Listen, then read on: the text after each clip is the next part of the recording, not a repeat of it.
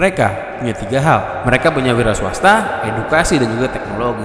Pertama soal wira swasta ya. Israel itu merupakan negara surga buat tech startup. Talentnya pinter-pinter dan pemerintahannya sangat mengundang investasi asing untuk masuk ke Israel. Contoh nih, misal ada startup di Israel yang mau nyari funding. Itu pemerintah bakal dengan senang hati ngasih 40% dari funding yang diminta. Dan 60% funding yang diminta tadi akan diberikan kesempatan buat investor asing. Dan nanti kalau startup udah sukses, si investor asing itu bisa ngebeli saham pemerintah dengan harga yang murah. Ya siapa yang nggak mau? Siapa yang nolak? Startup itu kan di awal-awal lawan bangkrut, jadi di awal-awal resikonya besar. Nah ini pemerintahnya mau sharing resiko, dia mau nalangin 40% kebutuhan dananya. Dan nanti kalau udah sukses, itu saham yang pemerintah punya boleh dibeli dengan harga murah. Jelas-jelas dengan cara begitu resikonya jadi jauh lebih berkurang. Udah isinya orang-orang jenius, resikonya lebih rendah. Ya siapa yang nolak? Ini buat gambaran ya, penduduk di Israel itu sedikit, cuman 9 juta. Bahkan gak sebanyak orang Jakarta. Tapi dari 9 juta orang tadi terdapat 100 biji perusahaan unicorn. 100 biji. Bandingin sama Cina. Cina itu orangnya 1,5 miliar alias 170 kali lipat dari total penduduk Israel. Tapi perusahaan unicornnya cuma 3 kali lipat, cuma 300. Mulai kebayang kan bedanya kejeniusan orang Cina dan juga orang Yahudi. Beda. Ya meskipun kita nggak bisa pungkiri bahwa tech startup terbesar itu merupakan startupnya Cina, Douyin alias TikTok. Tapi ya meskipun yang terbesarnya itu adalah Douyin ini, kita kan nggak bisa lupa bahwa yang memiliki mereka adalah BlackRock dan juga Vanguard. Ya paham. Kedua, kita ngomongin soal edukasi dan juga teknologi. Israel itu merupakan negara terhebat dalam urusan cyber alias urusan hacking-menghacking.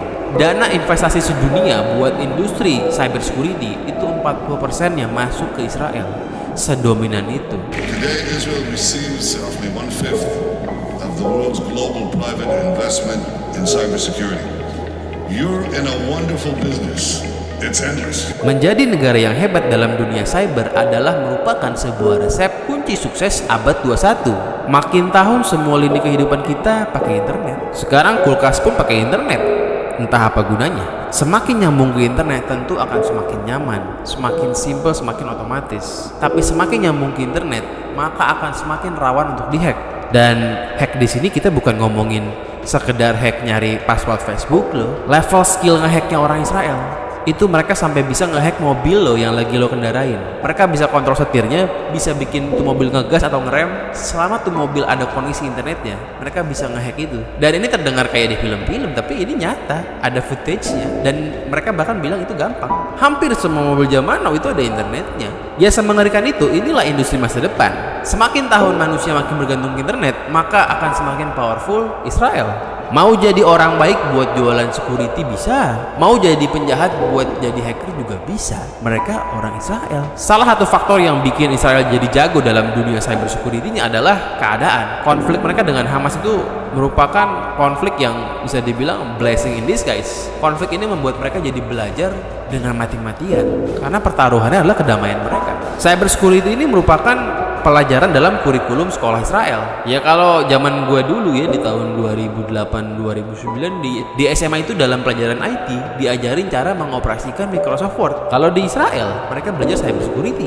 Ya kalau zaman sekarang di tahun 2022 mungkin kalau sekolah swasta yang bagus ada pelajaran bikin website kali ya. Tapi tentu itu sangat jauh juga dengan kurikulum Israel. Dan begitu ada anak yang potensial di Israel dalam pelajaran cyber security, dia akan langsung dikirim masuk ke bootcamp buat 6 bulan belajar cyber security dengan gila-gilaan. Begitu lulus mereka bakal masuk ke unit 8200 yang merupakan unit intelijen cyber terbaik nomor 2 di dunia.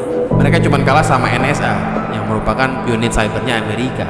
Ya itu pun sebenarnya mereka ngaku kalah sama NSA. Kita nggak tahu, siapa tahu malah mereka lebih jago, tapi diem-diem aja. Kalau cuma sekedar mau ngehack iktp, tentu itu gampang. Orang-orang unit 8200 sambil ngudut sambil boker juga bisa ngehack iktp lu. Tentu bukan itu levelnya. Nggak heran bahwa teknologi cyber security ini yang membuat militer Israel jadi kuat. Militer Israel itu merupakan salah satu yang terbaik di dunia, one of the best. Mereka bisa hack apapun.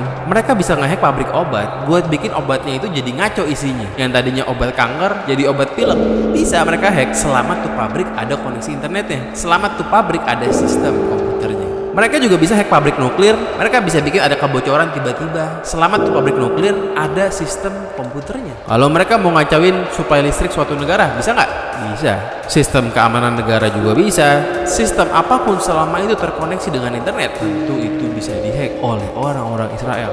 My goal was to make Israel, 8 years ago, to make Israel one of the 5 leading cyber powers in the world. I think we've reached that. I think we're actually maybe even further ahead on that list. Inilah sebenarnya kekuatan superpower di abad 21. Bukan sekedar perang pakai tank, bukan sekedar tembak-tembakan. Semakin teknologi dunia maju, maka Israel akan semakin punya taring.